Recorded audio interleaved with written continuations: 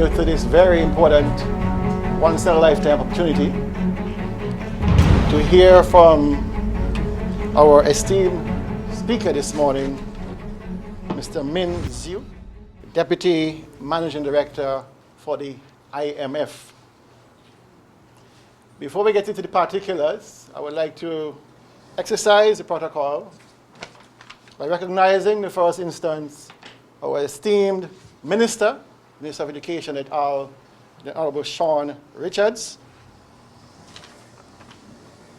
Of course, the Permanent Secretary in the Ministry of Education, Ms. Ione Liebert-Willett, Ms. Susan Owen, Head of the UE Open Campus, and those of us from the college here. I see a lot of my directors and senior persons, including VP Harris, VP Williams, directors Narain and Heiliger, and other faculty.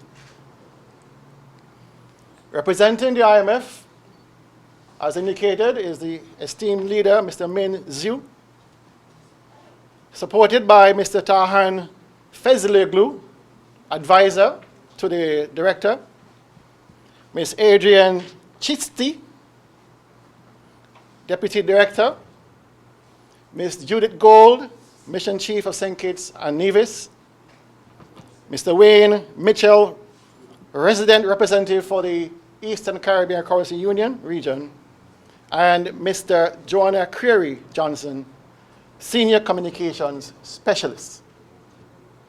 If I have missed anyone, please accept my humble apologies. The significance of this visit, of course, cannot be underestimated, because he is talking this morning to students, and especially students of CFBC. It means that he himself recognizes the importance of tertiary level education in the role of development of our country. Just as a little bit of background information, that's one line. St. Kitts and Nevis are, of course, members of the IMF. We would have joined in August 15, 1984. And those of you who would have Googled the IMF, you could get all that information, wonderful information, as what we are doing in the IMF. Here at the college, of course, I understand that the managing director, deputy managing director, has a keen interest in energy and energy systems, sustainable energy systems. And I'm happy to inform the director that we at CFBC are starting for the first time a sustainable energy project with our partners in Taiwan for a solar project. And hopefully we can get started in January. We're a bit delayed. We were supposed to start in September, but we are now looking to start in January. And the beauty about this project, Deputy, is the fact that it'll be a virtual classroom in some instances where students across the region can access in real time what we are doing here as part of that project. This is a wonderful opportunity for us to learn and to participate as a region in such an important endeavor. I'm also happy to report that CFBC placed first place in the recently held Caribbean Energy Efficiency Lighting Project, and the national winners, and we placed second in the region just recently in St. Lucia.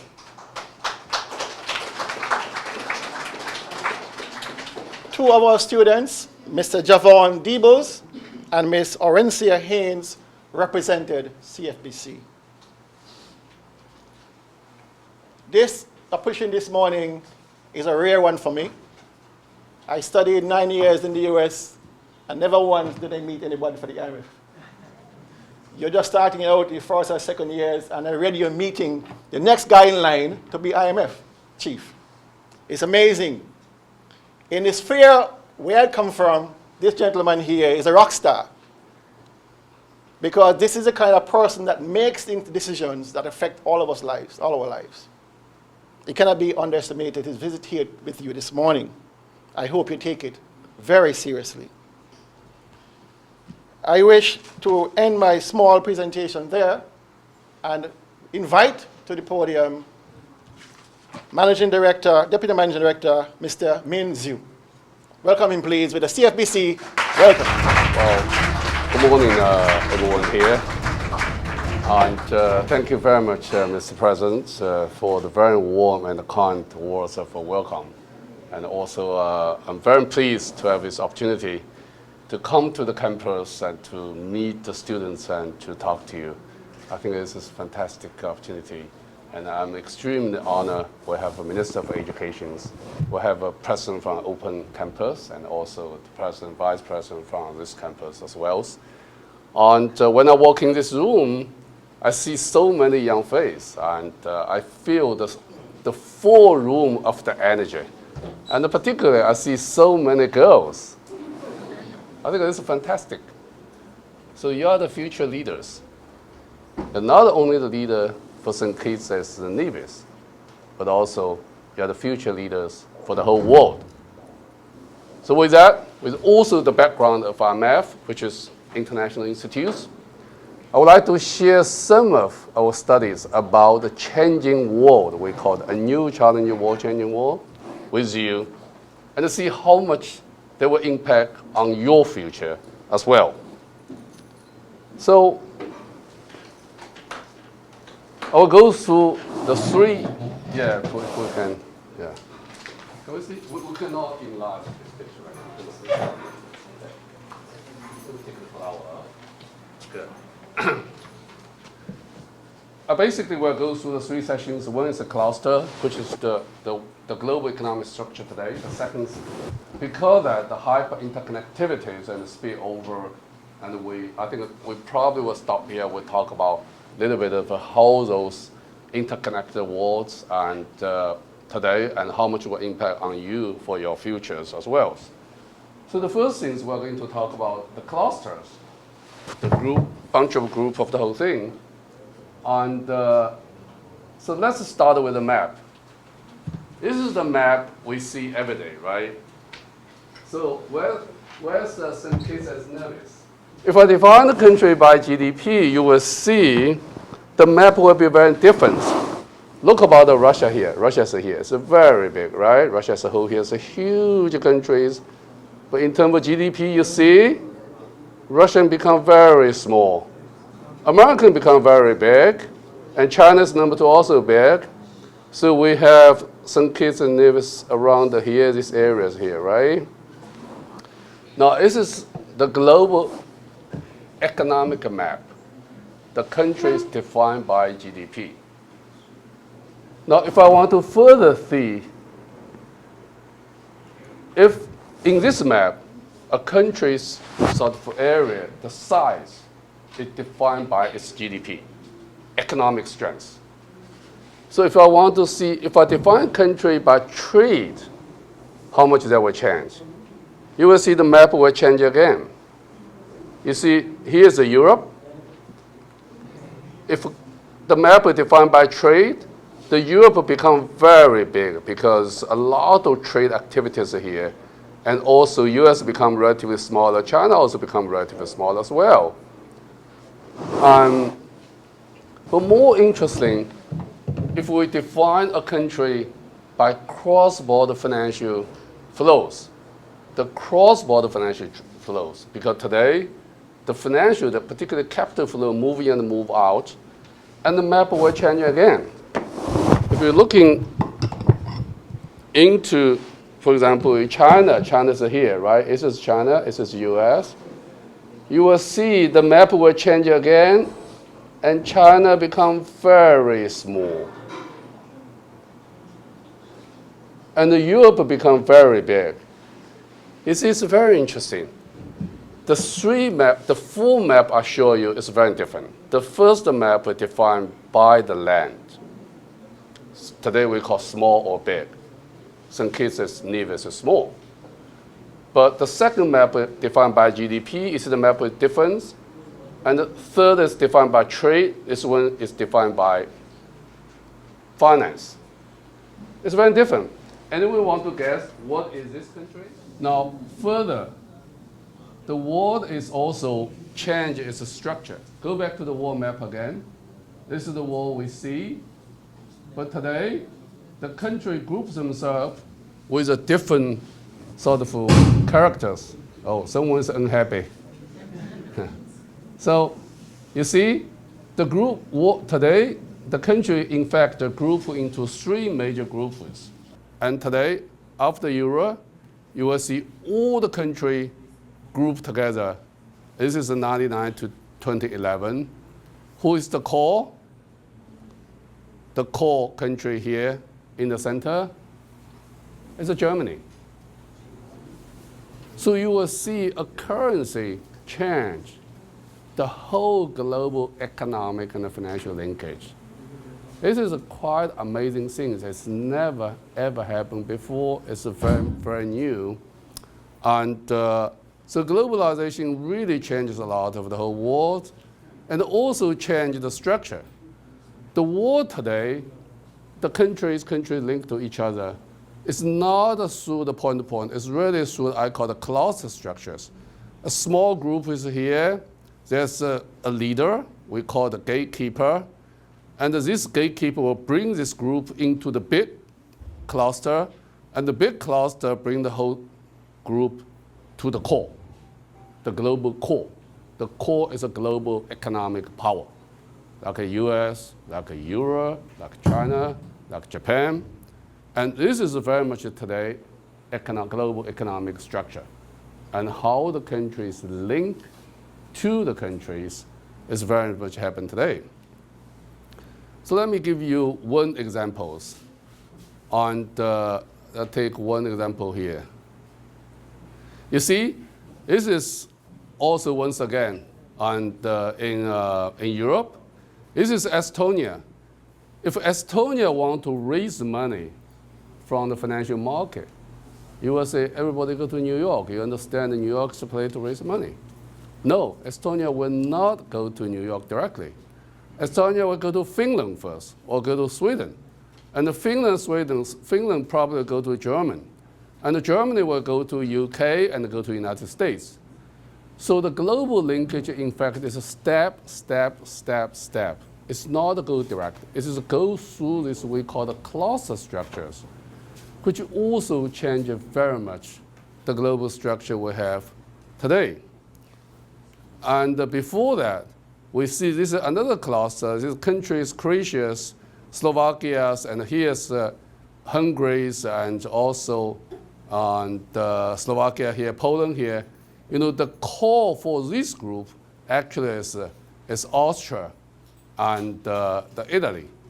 So why Austria and Italy is the core for this country? Because, for example, Italy and not necessarily become very strong, Austria particularly, because Austro-Hungarian Empire, you recall, 100 years ago. So the empire is gone. The business linkage is still there. So you do business, you still go through this business linkage underneath and go to the international world. So this is a very interesting structure we discover today in the world. And because it's a cluster structures, the linkage is not the point-to-point. It's really the cluster within the group. So the linkage is really enhanced and amplified, so which increase dramatically, I call the hyperconnectivities, and generate spillover as well. So we will see the global co-movements increase dramatically. This is a 3 big market. It's an equity market, it's a currency market, and the bonds market. You see these 3 market co-movements increase dramatically. Before the crisis 2003, the co-movements, the markets move together. It's around 40 to 43%. You see during the crisis, the market moved together, almost increased to 80%. Why that? Because all the market is based on the human behavior. When in the crisis, people are scared, so everybody is scared. There's a herding behavior, and the market move into the same direction.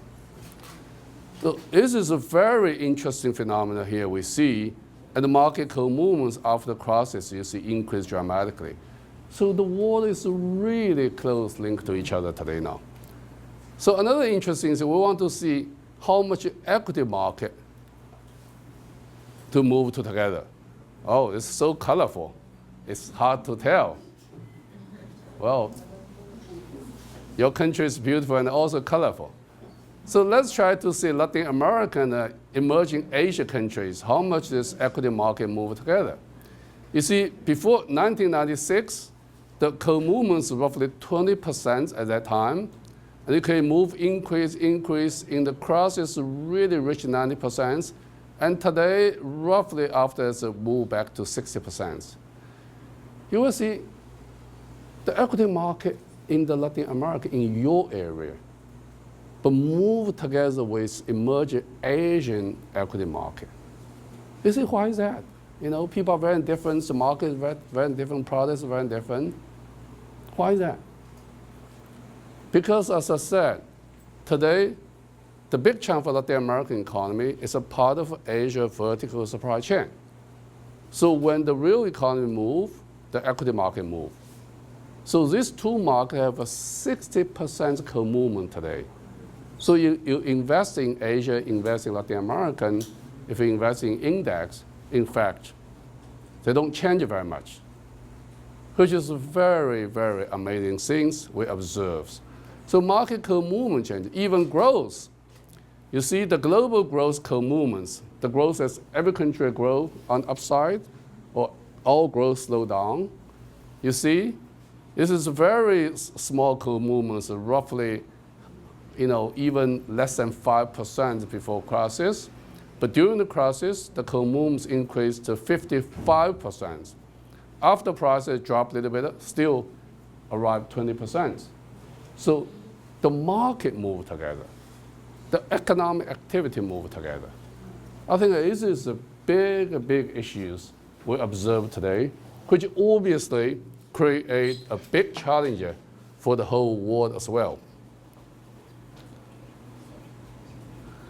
Because the country move together, because interconnectivity, so we see the spillover become the big issues. So we did the 5 country studies. We did country studies. We see that this is Europe, US, China, Japan, UK. We see how much those big countries' economic activity will impact on the global, the other countries. You see the blue line is the financial impact. The red point is the real economy impact. So we did a detailed study on the US. So if the US happen in the percentage change of GDP, how much will change or financial market, how much will impact on the world, because US is the largest global economy. US impact is huge. You can imagine the first big country receive US impact is Canada, because Canada is so close to US. So it's a financial spillover is almost 1%, and the real economy is 60%. The second one you probably will never believe, you saw it, is Mexico, which also close to the United States. The third one is amazing. It's Saudi Arabia. US is Saudi is the third largest country received the spillover from US. And the fourth one is China. You probably will not believe why China was received so many spillover from US, because the trade and the financial linkage. So the world is really changing today, and changing in a very dramatic way. And the spillover and become big issues, because we live in such interconnected world. And you will see when advanced economy have a slowdown economies, you will see will have a negative impact on the emerging market. 1% slowdown in advanced economy have roughly 0.5% slowdown in the emerging market. But if emerging market have a 1% slowdown, roughly have a 0.25% GDP negative impact on advanced economy well. So we do live a place, and everyone's economic activities will impact the others as well, regardless how big you are, regardless of how small you are.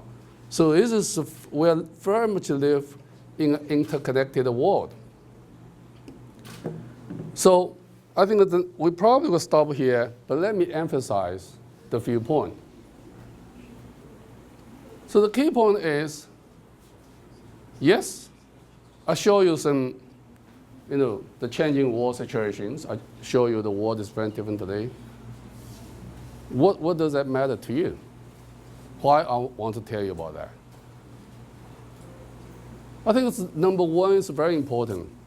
The maps I show you made this very clear. Today, we measure country, we also measure individuals, not by its size. How big you are is not important. It is your strengths, your GDP economic strengths, your trade, your financial strengths. The Luxembourg, such a small economy, can be huge in financial map tell us it's really your personal strengths, your economic strengths make you stand out. Size, particularly the land size in the country, is not important. Small and big is not defined by land today. It's defined by the country's economic strengths, in your case, defined by your expertise, your technical strengths, and your capacity. I think this is very important. The second point is also important. Because we live in such an interconnected world, everything bound to each other. So your generation got to be a generation to facing the whole world. You are facing the whole world competitions. You have to prepare for the whole world competitions. And you have to be ready for that. That's in the sense that you have to take the whole world as your playground. You have to bring the whole world into your vision, so then you will be the global citizen. Then you will be a global leader. I think this is also very important because everything is interconnected, and every other country people things will impact on you. So you have to understand those changes, have to understand you and need to take the whole world as their playground. So open your eyes, see the whole world. I think that's very, very important. So if I bring these two things together to the third point, I think it makes it very clear. I'm sure your president will be very happy. I will say that in the college, open your eyes, study hard. I think that's the most important two things. Because I will show you I just show you the past few minutes. The world really changed in the past 10, 15 years. In the next 10, 15 years, we're changing even much, much faster. What happened today? Last night, I had a dinner with Prime Minister Mr. Harris and also with the business leaders.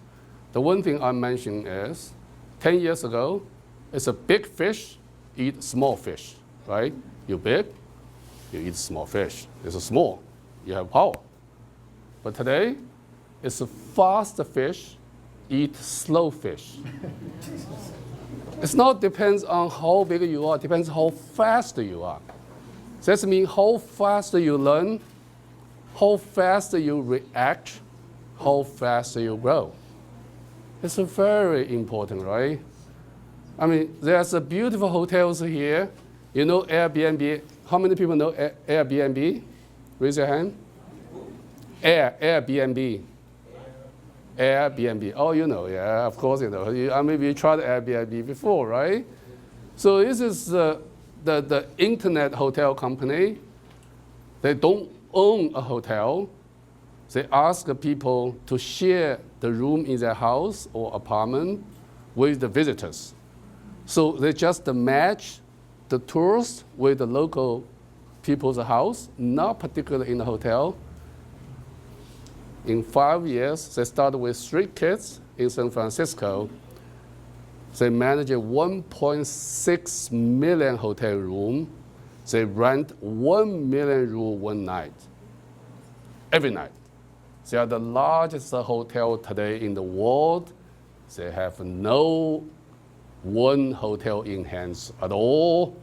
And the owner is a 3 young jelly boy at the age of 28, 5 years ago. They make all the hotels so scared because they're so fast. From 0 to 1.5 million rooms, it takes only 5 years. Looking all the hotel chains will take them 100 years. So it's a typical, the fast fish eat small fish.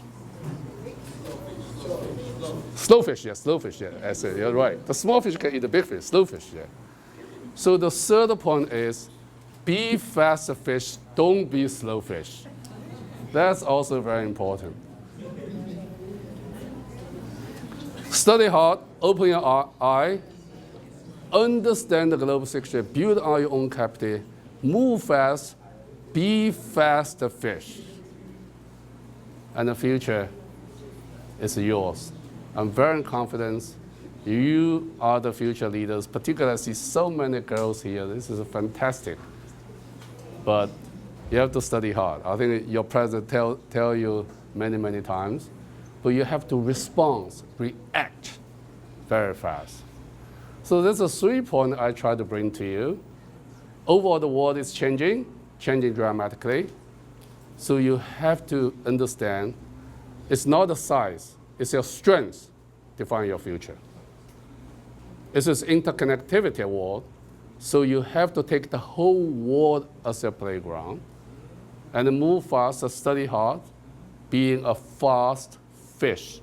Yeah, I understand St. Kitts and Nevis has a wonderful fish. It's a beautiful fish. Being a fast fish. The fast fish will be future leaders. So I will stop here. I will be happy to answer your question. Thank you very much. The government of the ECCB Bank recently passed a new banking act intended to strengthen the region's banking sector. How can a banking crisis affect this economy? Oh, that's a very good question. This is very professional. You're very serious. You want to be a banker in the future? No? Why do you ask that question? I thought you want to be a banker, or you want to be a regulator. You want to be a central banker? Not yet? No. You should have an ambition of being the next generation central banker, since you ask such a big professional question. Banking sector is the most important sector in the world because it provides credit, provide liquidity to the market, to the companies. It's the most important. In the past 2 years, the IMF working extremely hard with ECCBs because in the ECCB areas, the banking sector is not strong enough. NPL ratio is still way high, and the risk management system is not clear there. So we're working with the banks here. We try to solve unsolvent banks and solve these problems. After 2 years, extremely hard work, and we're making tremendous progress. We're getting the point to sort of clear the bank which is not solvent, and will enhance in general the risk management system of the banking systems. And we will enhance the regulatory framework of ECCB as well. And particularly, I'm happy in St. Kitts and Nevis, you just passed 2 laws to enhance central bank's regulatory supervisory power. I think that's very, very important. And the financial sector is very important, but in financial sector, let me come back again, really changing very fast. As I showed, in financial sector, regard where you are, you're part of a global financial system. So you have to move fast. In financial system, once again, the big is not important. It's a fast fish, eat slow fish. So, and this is a very important part of work we are doing for the region as well. Yeah, thank you for this very question, but I'm impressed. You don't want to be a banker, you don't want to be a central banker governor. Yeah, you should think about that. Yeah. Another question? Oh, another girl. Let me give you the mic. Because oil trade is so important into the economy. Can you raise your voice? Because oil trade is so important to the economy, I wanted to know if oil prices were going to continue to rise, and how can a small island take advantage to the economic agenda? Oh, that's also very good question. Are you, what's that? You econ major? Oh, good. You can be a very good economist. And we expect to see the oil price continue on the low level. The currently oil price is roughly $45 to $50 in average, which is way lower compared with $140 just 9 months ago. And we see the oil price will continue low because the output continue over the demand. And we see the Saudi continue pump out roughly 10.2 million barrels a day. US continue with 12.4 million barrel oil today. So we will see the supply will over demand for the quite long time. So oil price will remain low, which is good news for St. Kitts and Nevis, right? Because you import a lot of oil and the power is very expensive. So we do focus on energy reform this time in the meeting in the next 2 days. But there are few things very important. When the oil price is low, it's time to do the energy subsidy reform. Because many countries do the subsidy reform, which is not very good for the macroeconomy. I think this is also very good. The second issue is we encourage the government to save the oil ring for profit because the price is so low, to prepare the future because price will increase regardless whenever later. So it's very important to prepare the bad weathers in the good weather day. But good news for now, oil price will stay low. How does the IMF determine how countries qualify for IMF assistance? Oh, okay, that's also a big question regarding with IMF. And we do the policy dialogue with authority on the annual basis, every country, 188 members. But if the country was in the bad situation in crisis, we help the countries with the program. That means we give country monies. In St. Kitts and Nevis, for example, in 2011, you are in the recessions. So we provide roughly $70 million US in roughly 3 years horizon. So we help you go out of recessions and move into the strong growth. We just forecast this year, you probably will have 5% of GDP growth rate this year. It's very strong. So I think that's basically the things we move into the country. Yeah, okay? Any other? We have one final question to be asked. Okay. Any burning issue? One final question. Oh, one more. Oh, you're strong. Good. No. Before you ask me a question, let me ask you. Yeah, no. Stay there. What do you want to do upon your graduation? Earn money. Earn money? What kind of money? Money? What kind of job you look? Meaning like in business. What kind of business? Wait, me ask you a question. Huh? What kind of job you work? Oh, I'm an economist. I work for the IMF. Everybody understand that. What the Yeah. IMF is about? Oh, that's also good. IMF. You see, this is a very strong guy. You know, that's very good. IMF is institute to maintain global economic and financial stability. You want to be a staff of IMF? Sure. That's very good. So you got to study my charts carefully. Yeah, but Do a PhD. We need a PhD. how That- much is? Yeah. IMF high 1,500 PhD economists.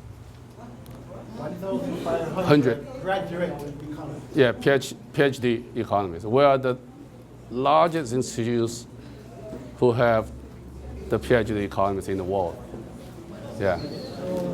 Okay. So question.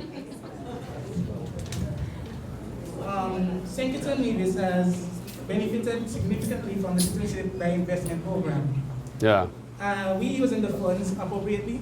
Okay, that's very good. The first question is, do you support this program? Yeah. Yeah, okay.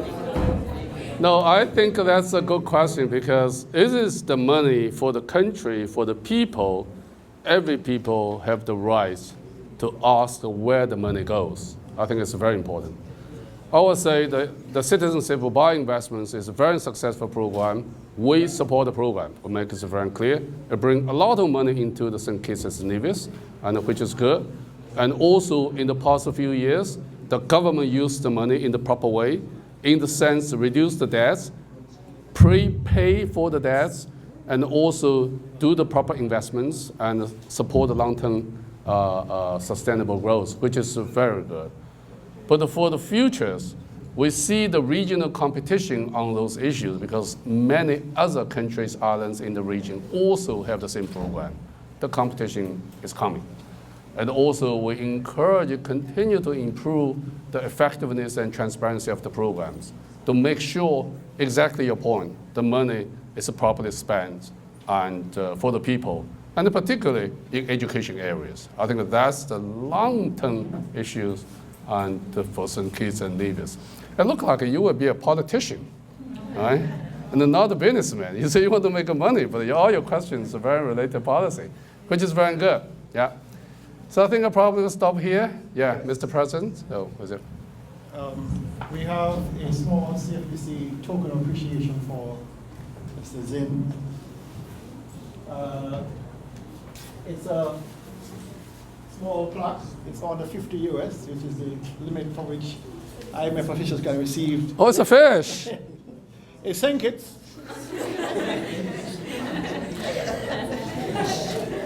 That's fantastic. St. Kitts should be a fast fish. That will be the topic for my today's talk. Yes. The inscription reads, presented to Mr. Min Zhu, IMF Deputy Managing Director. Thank you for sharing. Best wishes from the faculty, staff, and students of the CFBC, St. Kitts, September 2nd, 2015. Always striving for excellence. Oh, it's true. The plastic, of course, is made in China. So we contribute to the economy of China right now. Thank you, sir. And all the best. Thank you. Thank you. Thank you. Well, thank you very much. And I wish everybody here become a St. Kitts fish. You see, the eyes is here with a lot of curiosities. And the tail is here with a lot of power, so move very, very fast. You see the mouth is here? The mouth is always ready to eat slow fish. Move fast. Good luck. Thank you. Thank you. All right, students, class resumes. Oh, I thought that you would say today is a Friday, no class.